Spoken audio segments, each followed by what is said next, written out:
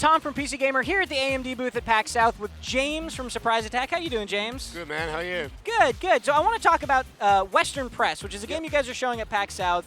Can you tell me a little bit about the game for those who don't know?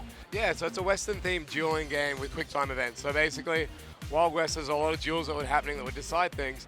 So we've made a game all about that. So the way it works is each person, it's like one-on-one pretty much, and each person has a series of buttons that they have to press. First, the fastest person to press those button combinations wins. Very simple game. Rounds typically go for about 5 seconds, so super short and very fast. We were playing Umbrella Corps earlier, and it was like less than a minute round, and I was like, man, that's super fast. But 5 seconds, I think, it beats that. Yeah, it's a really good way to just quickly play it out and decide who gets to do like a crappy job. Like we use it in the office to decide who has to carry stuff up the stairs or whatever. It's like bust out a quick round of Western Press, and there's the decision done. So what's there outside of that kind of core game? You can unlock new levels and characters, is that right? Yeah, so the game's got like a bunch of characters and a bunch of levels. We have Steam Workshop integration, so anyone in the community can make their own character or make their own level and then upload it onto Steam. And then we have a really comprehensive tournament mode built into it, so it supports up to 16 players. So it'd be really good at like a party, and then because the rounds are so short, like people don't get bored waiting around. So basically what you do is you just punch in all the names, it'll automatically assign you a place on the ladder, and then the game will run the tournament for you. And you were saying to me earlier also that the game is only going to be $5 when you release on Steam. Yeah, we haven't locked in a price exactly, but it's going to be like in that cheap area. I mean, okay.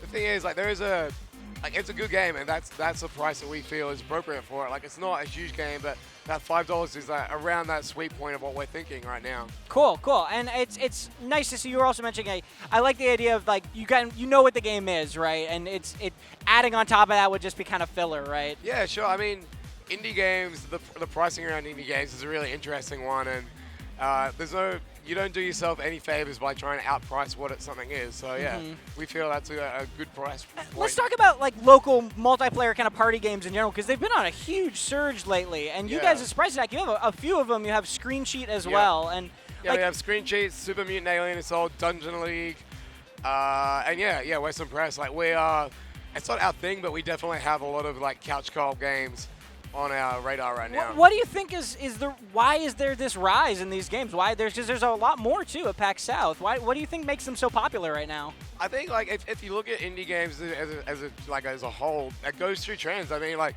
one person will come up with a good idea, and then that will get other people thinking about like, oh well, maybe if I change it this way, I could do this, and it just kind of kicks off that thought process in the collective community. And I think that's sort of how the indie scene works in a lot of ways. Like you look at it 5 years ago. Like top-down action-adventure games were a big deal. Side-scrollers were a big deal. Now, like couch co-op is having its turn in the spotlight. And so, where can people go to learn more about Western Press? If you go to surpriseattackgames.com, or just check out any of our Steam games. Cool. Well, thanks very much for talking with us, and be sure to stay tuned at PCGamer.com for more from PAX South.